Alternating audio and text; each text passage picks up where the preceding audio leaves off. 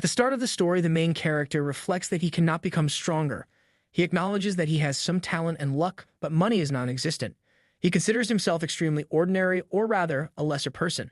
However, as his master said, being stronger is not a necessity to win against an enemy. If he cannot become stronger than his enemies, he just needs to weaken them more than himself. At this point, a system message pops up, indicating that Fate's End has decreased the magic defense and resistance of enemies. Then, all the dangerous beasts and dungeon creatures surround the main character. He readies himself with his powerful techniques to fight back and starts attacking them one by one, causing chaos all around. Another system message appears, stating Iron Weakness, which gradually decreases the health and mana of the enemies. Following this, Scorn of the Strong increases the damage dealt to higher-level opponents and decreases the damage received. The main character, remembering the old man's advice, focuses on the strategy of weakening the enemy first and then defeating them in a single blow, emphasizing that 2 blows are not good enough and that they must kill in 1 blow without fail. Following this advice, the main character attacks and finishes off each enemy one by one, reflecting on the meaning of being the Debuff Master. He thinks about Brave a New World, or BNW, the virtual reality open-world MMORPG that boasts the largest scale in gaming history. This game offers a perfectly guaranteed level of freedom, with a massive and diverse world map spanning about 30 million square kilometers, over 2 billion NPCs, and content close to infinity. It includes a perfect replica of sensory systems and graphics, making BNW not just a simple game, but a whole other world. The main character, however, wasn't particularly interested in these aspects. The biggest reason he started playing the game was realizing that he could make money just by playing. It's been a year since he began, and although he obtained the normal class of Elemental Mage, he worked tirelessly and became the master of the Beerman Guild, which had 200 members. He feels satisfied, thinking that this achievement should be enough to live comfortably and hassle-free for a while. Meanwhile, another boy approaches the main character, excitedly saying that what they have found must be worth a few hundred in cash and asking how he discovered such a valuable dungeon. The main character, Hyung, responds by saying there is a way to know everything, then reflects on his talent in games despite his educational and family background, thinking that there is no law telling him to die. Hyung asks if everyone is free later and offers to treat them. The boy reacts with enthusiasm, and another boy praises Hyung, calling him the expected guild master. Hyung thinks to himself that this game is his only means of survival.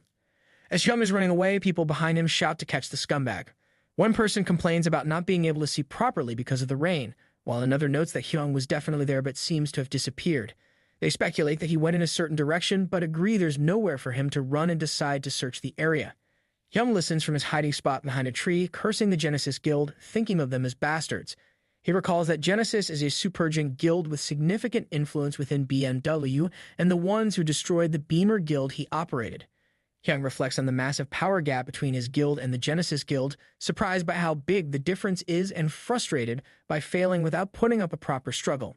The system then notifies him with a warning that he has been playing Brave New World for 47 hours, cautioning that excessive gaming can interfere with normal daily life. Hyung thinks about his situation, feeling that he has nowhere to go and questioning where he is expected to go. Logging out would only lead him back to his musty basement room and worn-out VR capsule. He recalls how he took on hundreds of millions of debt and acquired high-priced items to stand against Genesis, only to have them stolen by the enemy due to betrayal from trusted comrades. Now he is left with just a few remaining items: 3 pieces of dry beef jerky, a torn cloak, a treasure map torn in half, and a faded item. Sitting by a tree, Hyung laments his situation, questioning if it is all over and why he couldn't succeed despite all his efforts and sacrifices. He wonders why he always loses. At this moment, an old man remarks that it is because Hyung is weak, pointing out that the world is a ruthless place where only the fittest survive and it is natural for the weak to be trampled upon, so there is no use complaining about injustice. Hyung notices an old man in front of him and wonders when he arrived. The old man criticizes Hyung, calling it pathetic for a young guy to act like a beggar with a pale blue appearance, begging for sympathy. Hyung internally questions who calls someone a beggar so bluntly. He stands up and asks the old man to leave, explaining that he is not in the mood for wordplay. The old man gets irritated, noting that Hyung isn't even listening to an adult speaking. Just then, a person approaches with a sword, and Hyung warns the old man that it's dangerous. The attacker mocks Hyung, saying he had suggested they go together, yet Hyung went alone. Another person calls the attacker a slowpoke. They mention that Hyung didn't log out and recall that he doesn't want to because reality is like hell, being in hundreds of millions in debt. Hyung feels doomed, realizing he has no usable weapon. He urgently tells the old man to leave because the place is dangerous. The old man nonchalantly asks if Hyung is talking to him, which frustrates Hyung, who insists that this is not the time for joking. The attackers speculate about the old man being an NPC and find it funny that Hyung is worried about him.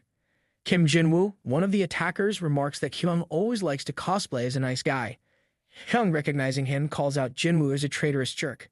Kim Jinwoo laughs and responds that calling him a traitor is harsh, as he simply transferred because he received a better offer. Hyung, feeling betrayed, asks how Kim Jinwoo could do that to him, expressing that he considered him as family. Kim Jinwoo dismisses this, saying that Hyung's talk of family is getting old. He accuses Hyung of recruiting guild members merely as pawns to avoid losing the guild, rather than genuinely treating them as family. Hyung tries to deny this, but Kim Jinwoo cuts him off, mocking the idea of family and citing the saying that one should avoid companies that feel like family. Jinwoo continues, stating that it's only when business is good that people become like family. Hyung realizes that it was Jinwoo who stole his weapon. Jinwoo admits it but belittles the weapon, suggesting it's just a piece of junk. He sarcastically assures Hyung that he will put it to good use, praising the weapon's quality. Kim Jinwoo then attacks Hyung with a powerful aura, resulting in a large explosion. A person laughs mockingly, calling Hyung a psycho and wondering how he could be so easily discarded despite sharing everything. Kim Jinwoo responds that one must step on others firmly so they can't rise again, agreeing that worthless scum should be treated as such. However, he adds that no matter how much of a trash someone is, stabbing a benefactor in the back and then laughing is unacceptable. At this moment, the old man uses his power to evade Kim Jinwoo's aura and remarks that Jinwoo isn't even worth recycling. Hyung, surprised, addresses the old man, while Kim Jinwoo, shocked, questions how the old man could block his attack. The old man belittles Jinwoo's attack and demonstrates how it's truly done by attacking all three adversaries, sending them flying. Hyung, in disbelief, activates the Rune of Insight to examine the old man, revealing him as an NPC human and level 999. The old man then tells Hyung that he has been observing him for a long time and notes that Hyung has no talent, money, or luck. Despite this, Hyung protests, but the old man continues, saying he admired how Hyung struggled with all his might. Meanwhile, the system informs Hyung of an epic quest titled The Sacred Bond of Connection. The content of the quest is to bow respectfully to the old man on the street with an unspecified reward. It also cautions that if not done respectfully, the old man will retaliate violently. Hyung is amazed at receiving an epic quest, finding the content relatively simple, though the caution is somewhat concerning. He decides to take the chance, seeing no reason to pass up the opportunity. He then expresses his gratitude to the old man for saving him and asks to be accepted as a disciple. The system announces the completion of the epic quest and congratulates Hyung on becoming a disciple of Deuce. His class changes from elemental mage to disciple. Hyung, puzzled by his new profession, is informed by the old man that it means he has become his disciple. The old man promises to guide him to invincibility. Hyung agrees eagerly, calling the old man master. The old man then uses his magic, and Hyung realizes in awe that it is teleportation magic, thinking it is insane. Later, halfway up Kunlun Mountain, Hyung marvels at how the old man used teleportation magic so effortlessly, something even high-ranking players find difficult. He wonders if the old man is really an NPC and not an administrator. The old man instructs Hyung to stop dawdling and follow him to a place where he will be taught. Hyung obediently agrees, addressing him as master. Seeing a lake, Hyung comments on its clarity, and the old man explains that it is the lake of purification, which will purify Hyung. Confused, Hyung asks what he means by purification. The old man clarifies that he will teach Hyung intensively for 99 days and that the lake will assist in this process. The old man metaphorically states that new wine must be poured into a new bottle, indicating that Hyung needs to be cleansed. He then kicks Hyung into the lake, saying that he is incredibly filthy and needs to wash up. As Hyung falls into the lake, he feels intense pain but realizes he can still breathe. The system notifies him that the lake of purification is purifying him and warns of severe pain, with a countdown of 60 minutes. As the timer begins, the old man remarks that Hyung's scream seems refreshing. Hyung thought that every cell in his body was burning from the intense pain, wondering how the system could allow such agony. He desperately wanted to log out but decided against it, determined not to run away anymore. Finally, after enduring the excruciating ordeal, he emerged from the lake victorious, celebrating his accomplishment. The system announced that purification was complete and reset Hyung's character. His level dropped drastically from 201 to 1, and he was now classified as an adventurer and a disciple under the old man's guidance. Shocked by the sudden change, Hyung questioned the old man, who confirmed that he had been nothing but useless trash an hour ago. Realizing that the old man reset his level because of his imbalanced growth, Hyung wondered if this was a chance to rebuild himself. The old man assured him that he would maximize Hyung's potential, making him stronger than before.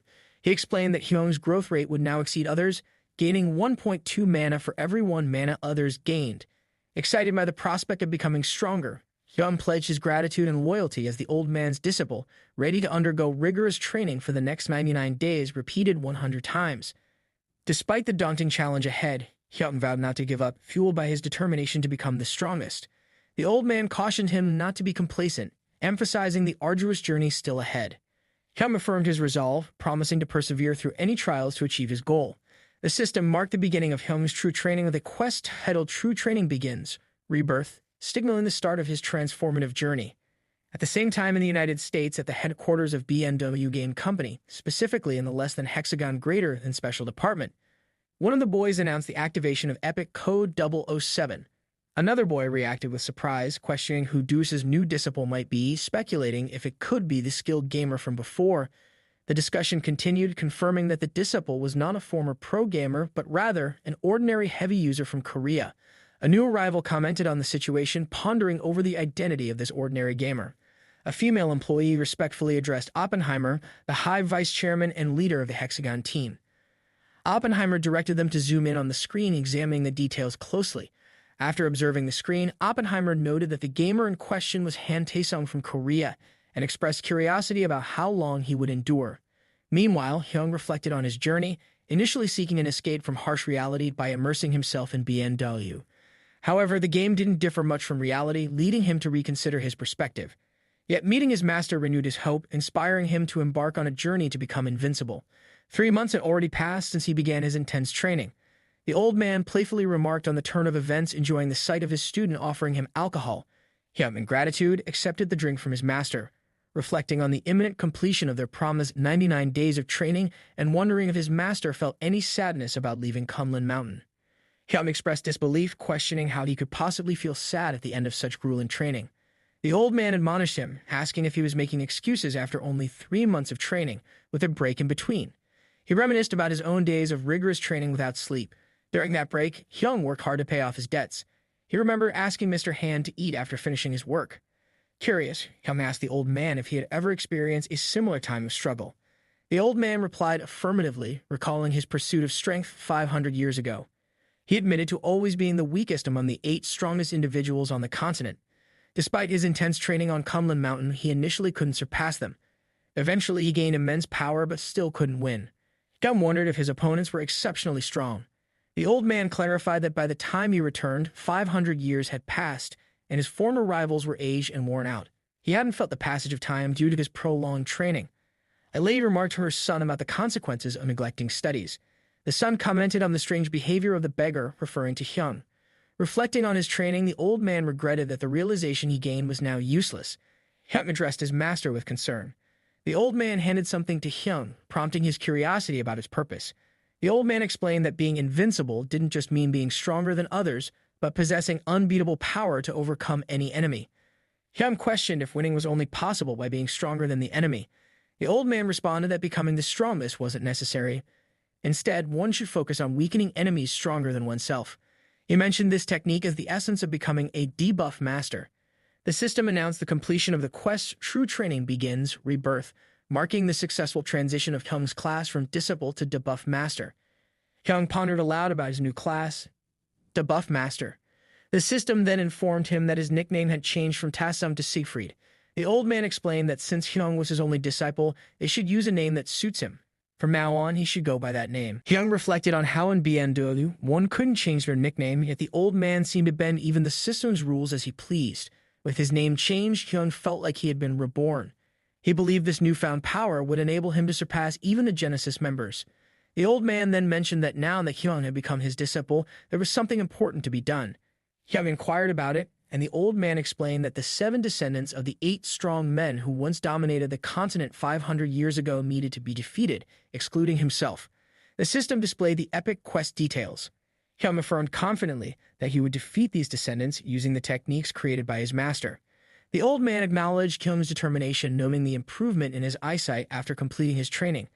He declared that Hyung's class training under him had come to an end, encouraging him to descend and become the strongest after him. Hyung expressed his readiness to proceed and then descended below. The old man pondered if he had perhaps placed too much pressure on Hyung by sending him off with such a heavy burden. In the western end of the continent, within Beerman territory, Hyung noted that he had been sent quite far away. He thought that this might be beneficial since he was currently at level 1 and facing the Genesis members in his current state would likely result in his defeat.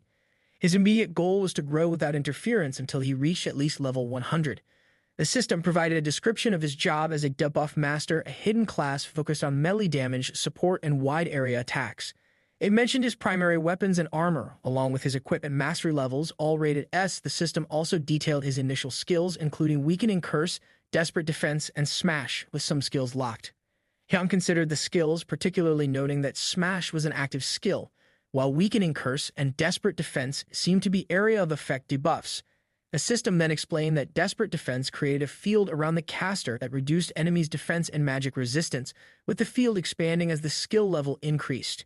Similarly, Weakening Curse created a field that gradually reduced enemies' health and mana, expanding in range and damage as the skill level rose. This skill used a fixed damage method proportional to the caster's mana, unaffected by enemies' defense and magic resistance. Hyung was astonished, exclaiming about how the skills reduced not only defense but also magic resistance, and provided fixed damage proportional to mana, which he considered incredibly powerful. He eagerly looked around for monsters to test his skills on, even contemplating attacking a passing NPC. Suddenly, he heard a scream and saw a tiger holding a hamster in its mouth. The hamster pleaded for help, revealing itself to be a great spirit. The system then issued an emergency hidden quest, tasking Hyung with defeating the mutated tiger and rescuing the great spirit, with an unspecified reward. Hyung was surprised by the hidden quest and the fact that the talking hamster was a great spirit. He noticed that the mutated tiger was level 25, which seemed unusually high for a starting area. Remembering his master's teachings, he decided to use his new skills, Desperate Defense and Weakening Curse, to decrease the tiger's defense, magic power, health, and mana. Hyung attacked the tiger, causing the hamster to drop from its mouth. He exclaimed that he only needed to weaken the tiger. The tiger, enraged, attacked Hyung, but he dodged and counterattacked repeatedly. The hamster watched in amazement, thinking it was incredible that a level 1 human was fighting on par with a level 20 mutant. The hamster pleaded for Hyung to defeat the tiger and save it. Hyung, frustrated with the hamster's constant chatter, wondered if it was cheering or distracting him. He noticed that despite applying debuffs, the level gap still posed a challenge and his mana, health, and weapon were nearing their limits. He decided to finish the fight with his next strike. As the tiger attacked, Hyung used his Smash skill to strike it down, causing it to fall. The system notified him that he had reached level 15. Hyung reflected that being ready to fight to the death and defeating seemingly invincible opponents was what being a debuff master entailed. The hamster, now safe, thanked Hyung and urged him to free it quickly, expressing relief at being saved from the brink of death. Hyung observed that the hamster's manner of speaking was quite refined. The hamster, expressing a desire to repay the kindness, asked if Hyung ever felt lonely on his adventures and offered to accompany him. Hyung responded that he didn't mind the loneliness. The hamster, grabbing onto Hyung's leg, pleaded to be taken along, explaining that it was currently powerless due to amnesia. Hyung questioned why the hamster was being so clingy, mentioning he didn't have a hobby of raising pets. Suddenly, Hyung noticed something and checked the system notification. The system announced the completion of the hidden quest to rescue the Great Spirit, with the reward being a contract with the Great Forest Spirit. Hyung realized the hamster was the quest reward and felt he had stepped into something unexpected. Reflecting, he remembered the hamster being called the Great Spirit. The system reiterated the quest details and the reward. Hyung considered that even though it was a hamster, Great Spirit's rank was similar to that of a Spirit King. He thought that if it regained its strength, it could be quite useful. Hyung then agreed to make a contract with the hamster, noting its tough yet cute side. The hamster was excited by the agreement. As they began the contract, the hamster expressed that it felt strange. The system confirmed that the contract with the Great Forest Spirit was successful, and it provided details about the spirit, including its level, race, class, titles, and the fact that it had no available skills. Hyung realized that their levels would be shared as contract partners, meaning as he got stronger, so would the hamster. He was curious about the title Forest Renegade. The hamster then wanted to formally introduce itself with its long name, but Hyung found the name too long. The system prompted Hyung to give a new name to the contracted spirit, and he decided to name it Hamji. Hyung apologized to Hamji, asking it to stop complaining. Hamji expressed indignation at the name given to its esteemed body, but Hyung defended the choice, calling it cute. Despite Hamji's protests, Hyung pointed out that the name couldn't be changed and insisted that it accept Hamji. Hyung then asked why Hamji had been locked in a cage despite being a great spirit. Hamji admitted it didn't know, explaining that it had found itself trapped and couldn't remember any of its past except for its name and its status as a great spirit of a certain forest. It was a frustrating situation, and Hamji requested Hyung's help in regaining its memories.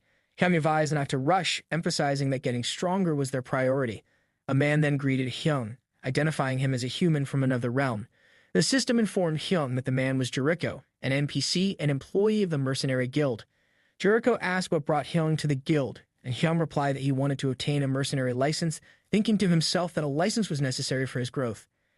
Jericho explained that to obtain a license, Hyung would need to pass a small qualification test. Hyung remarked that regardless of claims to immortality, verifying one's abilities seemed necessary. Jericho instructed him to capture mutant rabbits that often appeared in vacant territories. In response, Hyung displayed the claw of a mutant tiger, asking if it would suffice for verification. Jericho, surprised, identified it as the claw of a mutant tiger, known for its strength and durability and used as material for lower-grade weapons. Hyung explained that he had caught the mutant tiger on his way to the village, suggesting it was more reliable than catching rabbits. Though initially incredulous, Jericho acknowledged the reliability and decided the verification was sufficient, telling Hyung to follow him for the license issuance. Hyung wondered if showing the tiger claw would work. Jericho then handed him his mercenary guild license, prompting Hyung to express his gratitude. Jericho asked if Hyung could spare some time to listen to his story, to which Hyung inquired about the nature of the story. Jericho explained that lately abnormal amounts of mutants had been gathering. A nearby ranch had recently been attacked by mutants, causing the villagers to live in fear. Hyung asked if the frequency of monster appearances had increased in the village.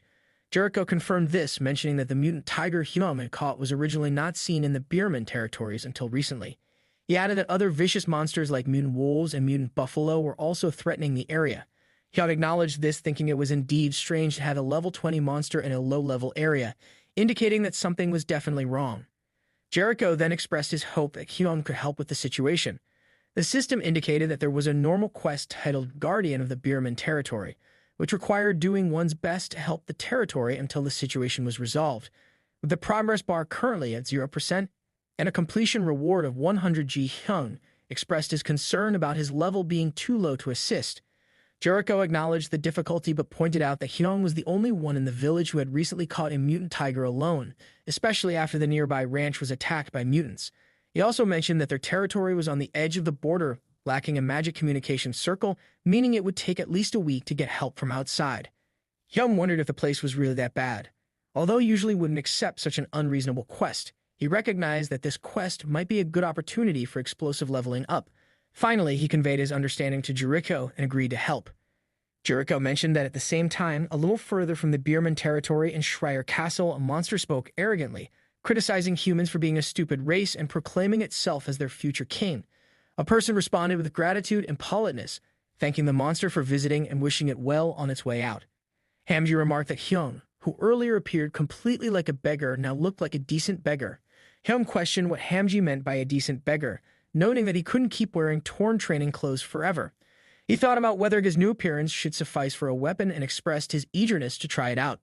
Hamji then suggested going to eat, calling Hyung a freeloader. Hyung reminded Hamji that he had just bought him a mana stone earlier and asked if he had already eaten it all.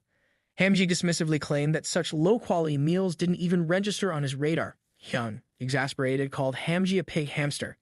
Hamji, in turn, labeled Hyung a high-class beggar. Hyung, frustrated, questioned if Hamji even knew how expensive the mana stone was, emphasizing that Hamji's main food consisted of mana stones. At the same time, a group approached, and one of them commented that Hyung must be the adventurer who caught the mutant tiger. Introducing himself as Jang Manbok, he mentioned he would be accompanying Hyung on this quest and introduced his companions Thompson and Rousey. Hyung thought that these must be the other mercenaries Jericho had mentioned, recalling Jericho's reassurance that there were other mercenaries, so he shouldn't feel too burdened. He then introduced himself as Siegfried. One of the men responded, asking for Hyung's care and calling him captain. Surprised, Hyung questioned the title, to which the man explained that the strongest person should be the captain, admitting openly that they were beginners who couldn't catch a mutant tiger on their own. Hyung accepted the role, though he was taken aback by the man's frankness. Thompson then asked about their next steps. Hyung suggested that given Jericho's request to guard the village alongside the Beerman regular army, they should start by visiting the Bucardi Ranch as the situation there seemed serious. After reaching Bucardi Ranch in Beerman territory, a man instructed Thompson to act. Thompson then launched an attack. The man remarked that it was tough, wishing he were 10 years younger. Thompson noticed something approaching and asked about it. The man was puzzled until a bison charged and struck him, sending him flying. The system identified the creature as a mutated bison, level 25, altered by unknown energy. Hyung noticed the bison coming their way and shouted for everyone to run. The system then activated the smash skill, allowing Hyung to deliver powerful blows to the bison, knocking it down. The system confirmed Hyung's level had increased to 20. Hyung thought about the many onlookers, which prevented him from using his debuff skills comfortably. He considered that hunting alone might be more comfortable. Rousey checked on Hyung, who confirmed he was fine, and asked about the others, noting that it seemed like they were hit by the bison earlier. The man, who identified himself as a tank, said he was okay, but mentioned that Thompson was badly injured. Though there was no threat to Thompson's life, he would be incapacitated for a while. Hyung acknowledged this information. A man remarked on Hyung's impressive feat of catching a mutated bison alone, acknowledging the rumor about him soloing a mutated tiger and asking if he had plans to become a pro gamer. Hyung downplayed his accomplishment, attributing it to luck. The man noted that all the mutants were retreating and wondered if the quest was complete. Hyung found it strange that the mutants seemed to have agreed to run away in the same direction as if ordered to retreat. The system then initiated an investigation quest to find out why the mutated creatures caused the monster wave, offering a reward of 200 G. Hyung thought about how this follow-up quest to the territory defense wasn't just about simple eradication. He instructed the others to return to the main tent, while he planned to find out where the mutants were headed.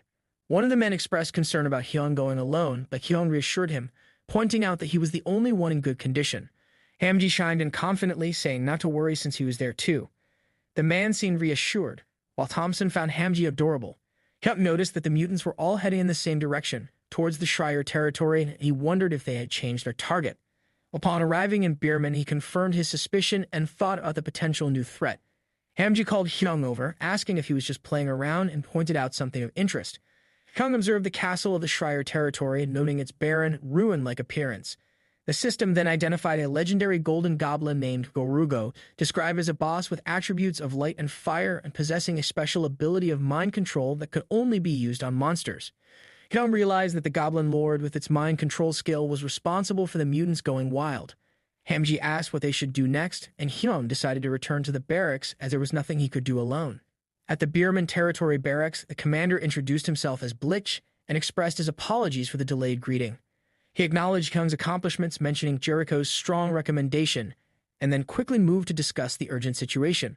Blitch explained that the Schreier territory had fallen to goblins and inquired if the mutant crisis was due to them as well. Hyung clarified that it was the Goblin Lord who, using his mind control ability, manipulated the mutants, took over Schreier territory, and was now targeting Beerman territory. A soldier voiced concern that if Hyung's statements were accurate, Beerman territory was doomed as they could not handle the Goblin Lord. Hyung urged for the immediate evacuation of the Lord and the residents. Commander Blitch, clearly stressed, listened to another soldier question why they were unaware of the attack on the neighboring Schreier territory. Commander Blitch explained that Beerman had little interaction with Schreier, lacked a proper communication network, and was too preoccupied with mutant attacks to conduct investigations.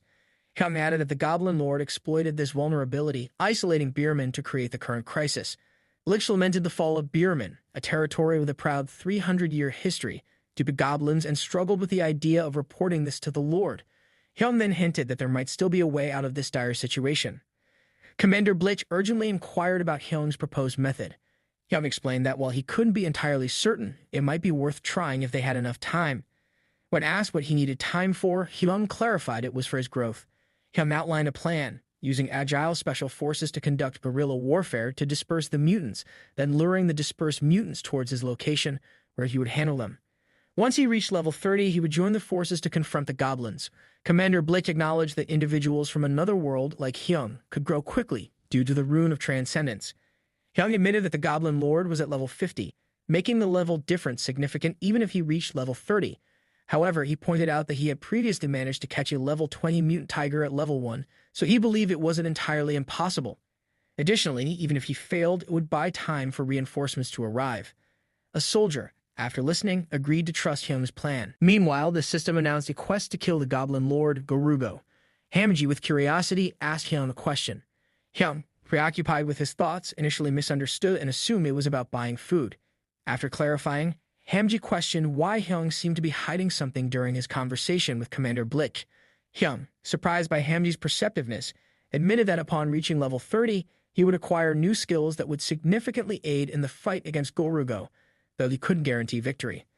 Hamji then asked why Hyung was hiding these skills, to which Hyung explained that revealing them prematurely would cause an uproar among regular users, leading to rumors spreading quickly. Hamji remarked on the tiring nature of human lives, and Hyung responded that it was better to live a tiring life than to be caught off guard. Just then, a person approached, asking if Hyung had finished his conversation with the commander. Hyung confirmed but expressed concerns that the plan seemed too focused on him. The person reassured Hyung, expressing gratitude for being included in the plan. They mentioned planning to rest before the operation started in 2 hours and asked if Hyung would be logging out, having played for 14 hours. Hyung decided to rest as well, agreeing to see them later. Hamji asked if Hyung was going back to the other world. Hyung assured him he would return soon and gave him money for a snack. Hamji, initially surprised by Hyung's generosity, questioned him about his earlier claim of having no money. Hamji admitted he had lied about that. He then left, saying goodbye cheerfully as he exited the virtual reality. Meanwhile, the system announced Hyung's exit from the game. Hyung, feeling stiff muscles, debated whether to eat or sleep, ultimately deciding there was no time for food and opting to rest instead. Reflecting on recent events, he recalled the collapse of his guild, becoming a fugitive, meeting his master, obtaining the hidden job of Debuff Master, and now fighting to acquire a territory. He pondered if he had matured through these experiences, now enjoying the game for its own sake rather than for revenge or money. Feeling impatient to play again and become stronger, Hyung resolved to level up before the operation started. He checked the monitor and ventilation, preparing for what lay ahead. Suddenly, a voice from outside called for Mr. Han Tae-Sung. Hyung opened the door to find a person he wasn't expecting, there to install the capsule. Hyung expressed surprise at the arrival of a capsule, mentioning he hadn't placed an order for it. The person confirmed the address was correct and asked if he was Han Tae-Sung. Despite not ordering it, they insisted it was intended for him. They handed him something separately requested during the order process. Hyung read the message, "Congratulations on Epic Code 007 and wondered if it referred to his class. He knew hidden classes came with significant benefits and speculated if this was also provided by the Beehive, a nickname for the game developer of BN.U. Acknowledging the person again, Hyung remarked on their effort to come and offered them a drink. Despite the space being small, he invited them inside, suggesting they have coffee together. From outside, one person discreetly informed over the phone, stating they had arrived at Mr. Han Tae-Sung's residence and had begun installing the capsule. Another person thanked them for their hard work. Inside, another person questioned why they were giving the capsule to Mr. Han Tae-Sung when he had no relation to the chairman. The reply hinted at camaraderie. He was sharing the same hidden class. Hyung recalled seeing an advertisement for the Hyper VR capsule Ogre previously, modeled by Cha Hyong Seok, the guild master of Genesis, for ultimate gameplay. Now this high-end equipment was installed in his house. Frustrated by the unexpected gift and the Beehive's actions, he wondered if they were crazy to give away such a valuable item. Even used ones caused a stir. Despite this, he decided it was not the time to rest and resolved to try out the capsule quickly. Hyung thought to himself that the sensation from the new capsule was remarkably different from older models. He noted the enveloping cushioning and the clarity it brought to his virtual reality experience. However, he suddenly noticed the smell of burning. Alarmed, Hyung exclaimed in surprise, wondering what was happening. Hambi screamed for help, invoking the Great Spirit, indicating he couldn't continue running. He feared this might be the end of his life as the Great Spirit. Just as Tubir was about to attack Hamji, Hyung intervened and struck the tiger. He immediately asked Hamji if he was injured. Hamji, still shaken, angrily questioned why Hyung hadn't arrived sooner, expressing relief mixed with frustration that he thought he was going to die. Hyung exclaimed, urging everyone to calm down and explain what had happened. Hamji responded with urgency, stating that immediately after they returned to their world, the goblins mobilized mutants and launched a surprise attack on the territory. Hyung reacted with frustration, realizing the goblins had attacked while they were logged out, catching the territory completely off guard. He pondered angrily about the situation, cursing the attackers. Then, realizing he might be the only adventurer currently present, Hyung expressed relief that he no longer needed to maintain appearances. He then assigned a mission to Hamji, who expressed apprehension about it. A soldier, overwhelmed by the chaotic situation, lamented his inability to evacuate everyone as he faced an overwhelming number of mutants. Just then, a zombie attacked, but Hyung struck it from behind with a powerful blow, causing blood to spill from the zombie's mouth. The soldier was shocked but relieved to see Hyung. Hyung assured the soldier that he understood the situation and would handle it, urging the soldier to evacuate the people quickly. The soldier, hesitant at first, expressed his willingness to help but eventually complied when Hyung insisted on working alone. As Hyung used his skills, the soldier acknowledged the necessity and handed Hyung the small token of help, feeling ashamed for not being able to do more. Hyun thought it was acceptable to reveal his abilities to a non-player character, and after narrowly avoiding an attack from an animal, he successfully defended himself and defeated the creature. Hyun observed that the weakening curse was causing significant pain to the enemy, evident from its hurried movements. When a zombie approached, he criticized its poor posture, noting it should have fled when he set up the trap. Hyun then grappled with the zombie, dragging it down and remarking that he would have killed it regardless. He reflected on the benefits of his new expensive capsule, which allowed him to see enemy movements more clearly and enhanced his dodging abilities thanks to his master's training.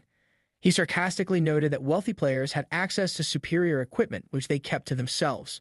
After executing a triple powerful strike, the system announced he had reached level 22. Despite feeling he had killed many enemies, he acknowledged it was harder to level up since reaching level 20 and expressed frustration at his current progress. Just then, Hamji, dealing with approaching creatures, exclaimed in exasperation, prompting Hyun to resolve that he would simply kill a large number of enemies to level up, using his power to continue the fight. A monster noted the return of the troublesome outsider, observing that this individual seemed to be enjoying himself. Using Wayne's insight, the monster identified the outsider as dangerous and a potential real threat if allowed to grow stronger, unlike the other worthless beings. Commander Blitch, overhearing the monster, deduced that Cersei had returned and felt the urgent need to buy him time to grow. Determined not to let the monster advance, he challenged it, calling it a cowardly beast and vowing to defeat it and reclaim his lord. The monster mocked Blitch, pointing out that a man who couldn't even protect his master properly was in no position to call it a coward, and taunted him to try and take back his lord, questioning how long Blitch or his lord could last. Meanwhile, Hyun, observing the situation, realized that Blitch wouldn't be able to hold out for long and urged himself to hurry. 30 minutes earlier, Hamji expressed his strong displeasure, protesting that as a great spirit, he shouldn't be used as bait. He worried about getting caught while luring the enemies in. Hyun, however, insisted that there was no other way and questioned whether Hamji preferred having a master who was a third-rate loser adventurer. He pointed out that if they ran away, everyone there would die. Reluctantly, Hamji agreed to help but asked for a lot of nuts as compensation later. Hyun promised to fulfill this request. Back in the present, Hyun apologized for the situation and Hamji, exasperated from being chased, vowed never to fall for his master's manipulations again. Hyun acknowledged Hamji's hardships but emphasized the urgency of their situation, reassuring Hamji that there was no more danger and crediting himself for their success in capturing the enemies. He then inquired about the separate task he had given Hamji. Hamji reported that while he hadn't seen the Goblin King in person, he had identified a promising location. Continuing his explanation, Hamji recounted that while fleeing through the forest with mutants and goblins chasing him, he noticed an ominous aura emanating from Beerman Castle. Though he couldn't see inside, he was certain the evil aura belonged to the Goblin Lord. Kung speculated that the Goblin King must have seized control of the castle.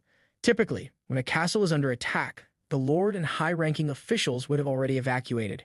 He found it odd that the Lord's Commander-in-Chief General Blitch was also missing, which gave him an unsettling feeling. Hyung decided he needed to act quickly. Hamji expressed concern and asked if Hyung was really planning to go in, to which Hyung confirmed, stating it was too dangerous for Hamji and instructing him to stay behind. Observing something move, Hamji hesitated before urgently pleading to accompany Hyung.